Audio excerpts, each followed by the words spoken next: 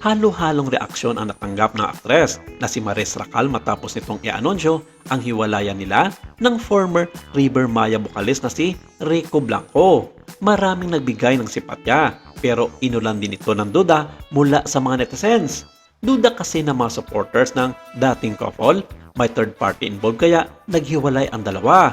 Hindi na iwasang madawit ang pangalan ni Anthony Jennings, lalo't ito ang on-screen partner ni Maris Racal na bintang-benta sa mga fans at mga supporters. Bukod dito, Maris sounded fake for netizens.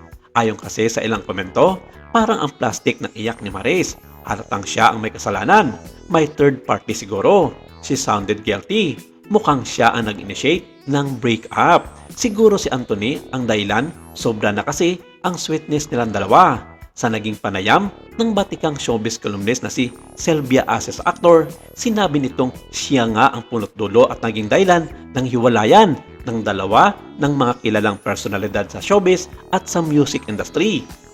Ayon sa kanya, natural lamang na siya ang itinutumbok ng mga netizens sa naging masalimuot na hiwalayan ni Maris at Rico Blanco na ikinugulat naman ng lahat sa showbiz industry. Ayon pa kay Sylvia, sinabi sa kanya ni Anthony na maintindihan din ng lahat ng mga fans ni Maris Racal kung bakit ginawa ito ng aktres na lantarang hiwalayan ang kanyang longtime partner na si Rico at hindi lang maamin ng aktor sa kanyang naging interview kay Sylvia na may something na ngang nangyayari sa kanila ng aktres. Kung kaya't ganun-ganun na lamang naging desisyon ni Maris na makipagwalay sa former River Maya frontman na si Rico Blanco. Agad namang nilinis ni Maris ang pangalan ng on-screen partner nito. Balik kay Maris, hindi na niniwala ang ilan sa kanyang mga kritiko na si Rico ang unang nag-initiate ng kanilang hiwalayan.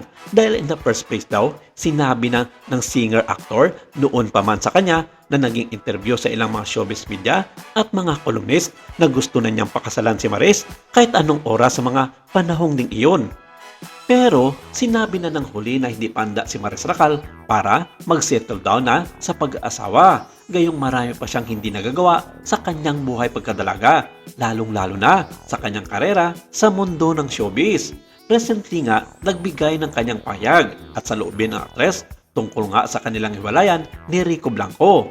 Ayon sa kanya, itinatanggi niyang merong third party sa kanilang hiwalayan at tanging sa kanilang dalawa lamang ni Rico ang nagiging problema. Saad niya, Anthony is out of the picture. It's just mainly me and Rico. Mainly me. I am the issue. As of press time, wala pa rin binibitawang statement si Rico Blanco tungkol sa hiwalayan nila ni Maris Racal. Isa sa mga palaisipan ngayon sa mga netizens. Nag-propose ulit kaya si Rico kaya tapos it was turned down by Maris because of her career. Ang iba naman, iniisip ng mga ito dahil nga sa mga umuusbong sa ngayon na relasyong Anthony at Maris. Kaya hindi naging posible ang patuloy ng relasyon nilang dalawa. Masakit man isipin ng kanilang mga fans. Pero sabi nga ng iba, ganyan talaga ang buhay sa showbiz.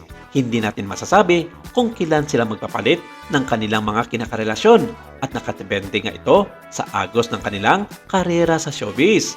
Ika nga, gamit-gamitan ng ito sa ngalan ng kasikatan at kung hindi ka na pwedeng pakinabangan, sorry ka na lang dahil maghahanap na naman si X and Y ng kanilang magiging bagong partner sa buhay upang mapanatili ang kanilang kinang sa mundo ng showbiz.